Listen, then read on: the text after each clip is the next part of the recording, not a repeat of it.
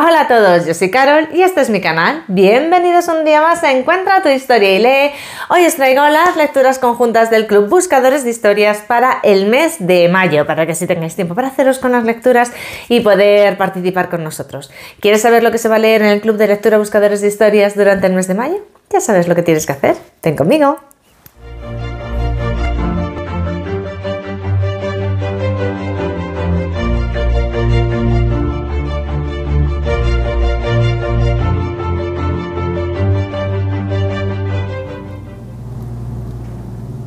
Hola a todos, ¿cómo estáis? Espero que fenomenal y con muchísimas ganas de hablar de libros, porque hoy venimos a contar las lecturas conjuntas que vamos a realizar en el Club de Lectura Buscadores de Historias durante el mes de mayo. Tengo un montón de cosas que contaros. Sé que os debo wrap-ups desde no sé qué mes. No os estoy hablando de mis últimas lecturas. Tengo algún book tag por ahí, o alguna nominada y alguno que también me apetece haceros y que no lo he podido hacer porque es que no me da la vida. Entonces no... Pero lo voy a hacer. Los voy a hacer todos, os lo voy a contar todo, lo que no sé es cuándo, ¿vale? Pero poquito a poco, dadme tiempo, porque al final tengo que ir por el calendario y contaros las cosas que os tengo que contar, las novedades, las lecturas conjuntas y todo esto. Pero bueno, no os preocupéis que ya haremos cositas. Hoy lo que toca es hablar de las lecturas conjuntas con tiempo para que os podáis hacer con los libros y podéis participar en las lecturas conjuntas del club, ¿vale? Entonces, como sabéis, tenemos 3 iniciativas y por tanto 3 lecturas conjuntas. La primera de la que hablamos siempre es la iniciativa ¿Qué hay de nuevo, viejo? ¿Por qué? Porque se basa en las novedades editoriales del mes de abril, que yo os hice el vídeo a finales de marzo, principios de abril, en este caso, mediados de abril casi, porque fui un poco tarde. Bueno, os lo hice a principios de abril. De esa selección de novedades, yo hice una selección aún más restringidita y se puso a votación en el Club Buscadores de Historias en el grupo de Telegram, ¿vale? Allí se votó y ha salido seleccionada El secreto de Pandora de Susan Stokes, con 384 páginas y editada por Duomo Ediciones. A mí es un libro que me llamaba mucho la atención porque, claro, todo esto viene del mito de Pandora, de la mitología griega, que es un tema que a mí en general me llama mucho. A mí la mitología me llama mucho la atención, tanto la griega como la romana. Entonces, bueno, y la egipcia, y la verdad es que prácticamente de todas las culturas. Me interesa mucho la mitología. Entonces, bueno, os voy a contar un poquito de qué va, ¿vale? Os leo la sinopsis. Una envolvente novela histórica que entrelaza misterio y romance con el fascinante mito griego. Los secretos deben mantenerse ocultos o es mejor abrir las cajas que los custodian. Londres, el siglo XVIII finaliza y el mundo está cambiando, mientras la joven Dora vive entre antigüedades de la que fuera la famosa tienda de sus padres, ahora regentada por su tío. Está aprendiendo a diseñar joyas, pero todo cambia cuando un viejo jarrón griego llega a sus manos. Dora pide ayuda a Edward Lawrence, un ambicioso joven que quiere formar parte de la sociedad de anticuarios para conocer el secreto que encierra aquel jarrón. Una apasionante novela ambientada en el Londres georgiano, donde el descubrimiento de un misterioso jarrón griego antiguo pone en marcha conspiraciones, revelaciones y una romántica historia de amor. A ver, a mí ya os digo, de lo que más me interesa de esto es el mito de Pandora, ¿no? Y el sistema este que ya sabéis que a mí me encanta mucho, ¿no? Heredero de las novelas de Matilde Asensi, de gincana, de descubro una pista y entonces descubro aquello y tengo otra pista aquí y entonces tengo que desentrañarla, ¿no? Todo esta estructura de novelas a mí me gusta mucho, me llama mucha atención, me vale muchísimo y la verdad es que es una de las cosas que me atrae de este libro. Pandora, yo creo que todos lo conocéis, fue el prototipo, ¿no?, de mujer curiosa, ¿no? No el prototipo, el estereotipo de mujer curiosa, ¿no? Es una mujer a la que un ser mitológico entregó una caja que no debía de abrir, la debía de custodiar, era misión del ser mitológico custodiarla y se la dio a Pandora para que la custodiase sin abrirla. Pandora era demasiado curiosa y quería ver qué había en la caja y pensó que una miradita pues no haría ningún mal. Abrió la caja y de ella empezaron a brotar todos los males del mundo. Cuando Pandora vio que salían tantos males, volvió a cerrar la caja. Vio lo que pasaba, cerró la caja. Y lo único que consiguió que se quedase dentro fue la esperanza. Esto es el mito, ese ser mitológico fue castigado por por haber dado a Pandora esa caja y por haber provocado el desastre que provocó, ¿no?, todos los males de la humanidad sueltos y dispersos por el universo.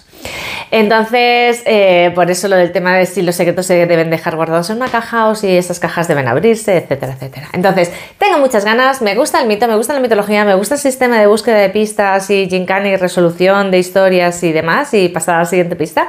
Y creo que en este sentido va a ser una novela muy divertida. Así es que nada, esta es la primera novela. Venga, la siguiente iniciativa de la que os voy a hablar es la iniciativa Leyendo la Historia. Como sabéis, tenemos para cada mes asignado un periodo de la historia concreto, y lo que yo hago es proponer una novela que esté ambientada en ese periodo histórico concreto. Para el mes de mayo, el periodo histórico que tenemos asignado es el siglo XV. Y en el siglo XV pasan un montón de cosas, Pues pasa, bueno, sabéis que es la era de los descubrimientos, es un siglo clave porque es el último siglo de la Edad Media que nos va a dar paso a la Edad Moderna y al Renacimiento temprano y a que pasen un montón, a que cambie el mundo radicalmente, realmente, ¿no? Se van a encontrar dos mundos, es en la época del descubrimiento de América, en 1492 es cuando Cristóbal Colón descubre América. Estamos hablando de que el siglo XV es del 1401 hasta el 1500, ¿vale? Hasta el 31 de diciembre del 1500. ¿Qué más cosas? Bueno, con esto se inicia un mundo nuevo, ¿no? Toda la era de los grandes viajes, ¿no? Que en el siglo siguiente desarrollarán Magallanes, Elcano, Hernán Cortés, etcétera, etcétera, ¿vale? ¿Qué más pasa?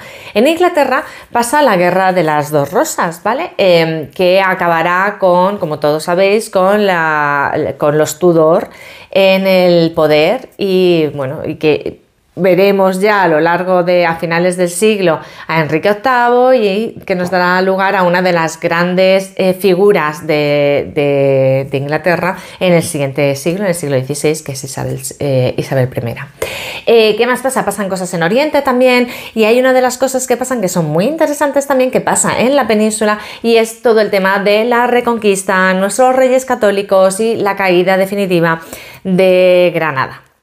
Entonces, yo he estado mirando libros que sucediesen y que nos llevasen a testar, ¿no? A saborear un poquito toda esta época. Y la verdad es que con todas las cosas que pasaron se me ha hecho bastante difícil, porque como veis, muchas cosas pasan a final de siglo y están preparando realmente lo que va a pasar en el siglo siguiente, todo el tema de los descubrimientos y demás. Lo que sí que podríamos entrar en profundidad es el tema de la Guerra de las Dos Rosas, en la Guerra de las Dos Rosas, ¿no? Que es muy interesante, pero hay muy pocos libros, o los libros que yo conozco no son muchos y son sobre todo inicios de sagas. Y alguna de ellas, tirón de orejas, que ya os daré en un book tag que publicaré a no mucho tardar, Editorial Planeta, tirón de orejas, me la tenéis descatalogada y es imposible conseguirla. Ya hablaremos de esto en el book tag, ¿vale? Pero bueno, al final me he decidido por tocar y por concentrarnos en el tema de la Reconquista y de que ya hemos iniciado un poco con la lectura del Sanador de Caballos, pero la vamos a ver desde el otro punto de vista, ¿vale? Lo que vamos a ir es a Granada a ver, la vida de Bob Dill. Y os cuento un poquito lo que va. Lo que vamos a leer es el manuscrito carmesí de Antonio Gala, que tiene 664 páginas y que está editado por Editorial Planeta, ¿vale? Esto también para mí es como muy especial porque volvemos de nuevo a Antonio Gala. Antonio Gala lo conocimos el año pasado también en lectura conjunta con el club. Es una forma de escribir muy bonita, muy poética, muy sensorial, diría, muy sensorial. Yo creo que es un poco la palabra, la manera de definir la escritura de Antonio Gala. A mí el personaje siempre me ha apasionado, siempre me ha gustado, siempre le escuché muchísimo mientras estuvo vivo. Me acuerdo de verle en programas de televisión y me acuerdo de pararme a escucharle siendo yo muy joven, como para poder apreciar realmente lo que estaba diciendo este hombre, y siempre me encantó. Me encantaron sus entrevistas y me encantó él y me encantó todo. Entonces leímos Más allá del jardín, pero yo creo que este va a ser todavía un libro aún más, no sé, como con más cuerpo, ¿no? Y donde vamos a poder apreciar aún más el talento y esa sensorialidad que nos va a transmitir el estilo de Antonio Gala, ¿vale? Entonces me apetece mucho entrar aquí. Os cuento, dice: En los papeles carmesíes que empleó la Cancillería de la Alhambra, Boabdil, el último sultán, da testimonio de su vida a la vez que la goza o la sufre. La luminosidad de sus recuerdos infantiles se oscurecerá pronto al desplomársele sobre los hombros la responsabilidad de un reino desahuciado. Su formación de príncipe refinado y culto no le servirá para las tareas de gobierno. Su actitud lírica la aniquilará fatídicamente una épica llamada a la derrota. Desde las rencillas de sus padres al afecto profundo de Moraima o Farax, desde la pasión por Jalib a la ambigua ternura por Amin y Amina, desde el abandono de los amigos de su niñez a la desconfianza en sus asesores políticos, desde la veneración por su tío zagal o Gonzalo Fernández de Córdoba al aborrecimiento de los reyes católicos, una larga galería de personajes dibuja el escenario en que se mueve a tientas Boabdil el Zogoibi, el desventuradillo. La evidencia de estar viviendo una crisis perdida de antemano lo transforma en un campo de contradicción. Siempre simplificadora, la historia acumuló sobre él acusaciones que se muestran injustas a lo largo del relato, sincero y reflexivo. La culminación de la reconquista con sus fanatismos, crueldades, sus traiciones y sus injusticias sacude como un viento destructor la crónica cuyo lenguaje es íntimo y apeado, el de un padre que se explica ante sus hijos o el de un hombre a la deriva que habla consigo mismo hasta encontrar, desprovisto pero sereno, su último refugio. La sabiduría, la esperanza, el amor y la religión solo a ráfagas le asisten en el camino de la soledad, y este es el desvalimiento ante el destino de lo que lo erige en símbolo válido para el hombre de hoy. Bueno, aparte del lenguaje, que como veis es un poquito más enrevesado, la verdad es que, tiene muy buena pinta. Lo que hace Antonio Gala aquí de alguna manera es defender, o no defender, sino reconstruir la imagen de Boabdil más allá de esa defenestración que le ha hecho la historia, ¿no? Al final viene a ser un poco el mismo proceso que estamos viendo con algunas mujeres de la mitología griega, como Fedra, como Clitemnestra, como Helena, causantes y culpables de grandes males en los hombres de su entorno. Pues en este caso también escuchamos la voz del que pierde la batalla, ¿no? No llores como mujer lo que no supiste defender como hombre. ¿Os acordáis de esa frase, no? Que de alguna manera es lo que ha trasladado a Boabdil a lo largo de la historia, ¿no? No lo que hizo, no lo que fue, no cómo fue, no la persona que fue, sino que fue quien perdió Granada y a quien su madre le dijo no llores como mujer lo que no supiste defender como hombre. Bueno, pues de alguna manera aquí Antonio Gala reconstruye a este personaje de la historia y nos lo devuelve pues como hombre, ¿no? Con sus debilidades, con sus fortalezas y con sus vivencias, y explicando de alguna manera al personaje, ¿vale? Y todo lo que le pasa a lo largo de su historia.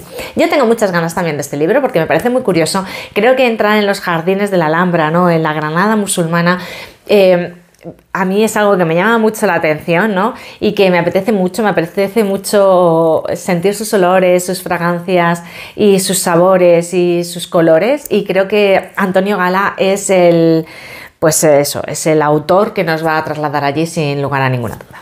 Así es que nada, aquí tenemos el manuscrito carmesí para iniciativa Leyendo la Historia. Y nos queda una última iniciativa que ya sabéis que es mi capricho lector, donde yo elijo un libro que me apetece leer y lo incorporo a las lecturas conjuntas del mes. Y ese libro no es otro que Voy a traicionarte, de Ruta Sepetys. A Ruta Sepetys también la conocimos el año pasado en Entre tonos de gris, una novela cuasi no autobiográfica, pero sí cuasi biográfica de su familia, ¿no? Basada en las experiencias de su familia, y en este caso no es así, pero la verdad es que Entre tonos de gris fue una novela como muy de pellizcarte las tripas, ¿sabéis cómo os digo?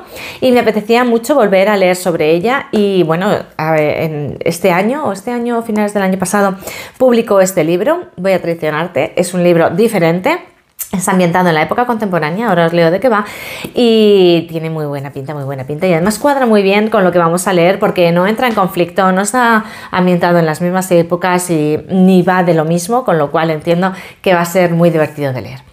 Os cuento, esto está editado por Maeva y tiene 300 y pico páginas, 300 y bastantes, pero no, mira, 332 páginas.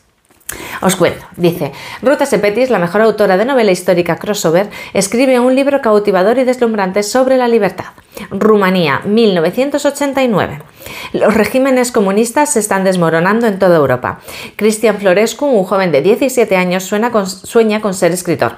Pero los ciudadanos rumanos no tienen libertad ni para soñar, oprimidos por las reglas y la fuerza del régimen. Ya sabéis lo que son las dictaduras, que os voy a contar. En medio de la dictadura de Nicolae Ceausescu, con un país gobernado por el aislamiento y el miedo, la policía secreta chantajea a Cristian para que se convierta en informante. Solo tiene dos opciones: traicionar a todos y a todo lo que ama, o utilizar su posición para socavar al dictador más malvado de la Europa del Este. ¿Os adivináis qué es lo que va a elegir? Sin tener en cuenta las consecuencias, Cristian se propone desenmascarar al régimen, dar voz a sus compatriotas y revelar al mundo lo que está pasando en su país. Una novela que se sirve de la fuerte voz de su protagonista para mostrarnos a un pueblo lleno de esperanza por conseguir un cambio político. ¿Qué me decís? ¿Interesante? No, interesantísimo. A mí, me apetece muchísimo. Lo vi, esto lo compré en un aeropuerto. Volvía de viaje y lo vi y dije, Rota Sepetis publica. Me leí la sinopsis y dije, tiene que ser mío. Así es que tengo muchas ganas también de meterme en él y de ver esta historia, ¿no? De gente que utiliza todo su poder, ¿no? Como persona para hacer el bien y para luchar contra la maldad y contra lo peor de la humanidad que sucede, ¿no? En este tipo de regímenes. Y bueno, no confíes en nadie, no se lo digas a nadie, los espías están por todas partes. Súper emocionante. Así es que espero veros en estas lecturas. Yo, la verdad es que creo que es un mes de lecturas súper interesantes y me apetece muchísimo compartirlas con vosotros. Creo que los grupos van a ser guays porque son temas que son susceptibles de generar muchísima polémica y muchísima conversación, y me apetece muchísimo. Así es que, como siempre os digo, os dejo en la cajita de descripción el link al grupo grande de Telegram, el de buscadores de historias. ¿Por qué? Porque ahí es donde hay que estar, ahí es donde se realizan las votaciones, donde se conversa sobre novedades editoriales o sobre últimas lecturas o sobre lo que a cada uno le apetece. Y luego desde ahí es donde también se cuelgan los subgrupos a las diferentes lecturas conjuntas que se realizan durante el mes. Así es que, como os digo, os dejo ahí colgadito el grupo de Telegram, os metéis ahí y estéis atentos para cuando yo cuelgue los grupos a las lecturas, ¿vale? Y ahí luego ya os vais al subgrupo que vosotros decidáis a la lectura a la que queráis participar. Cuantas más, mejor, porque cuantos más seamos, mejor nos lo pasaremos y más disfrutaremos de ello, ¿vale? Y hasta aquí el vídeo de hoy. Como siempre os digo, si os ha gustado, dadle al like y dejadme en los comentarios todo lo que os apetezca comentar, para que esto así pueda ser un camino de ida y vuelta en el que podamos juntos compartir y disfrutar lo maravilloso que nos da el mundo de la literatura, que además a mí lo que me gusta es leeros, contestaros y compartir con vosotros todo esto, ¿vale? Ya sabéis también que si lo que queréis es estar al día de cada vez que yo subo vídeo, lo que tenéis que hacer es suscribiros y darle a la campanita, que es lo que hace que el sistema os avise cada vez que yo cuelgo un vídeo, ¿vale? Y hasta aquí el vídeo de hoy. Muchísimas gracias por haber llegado hasta aquí y nos vemos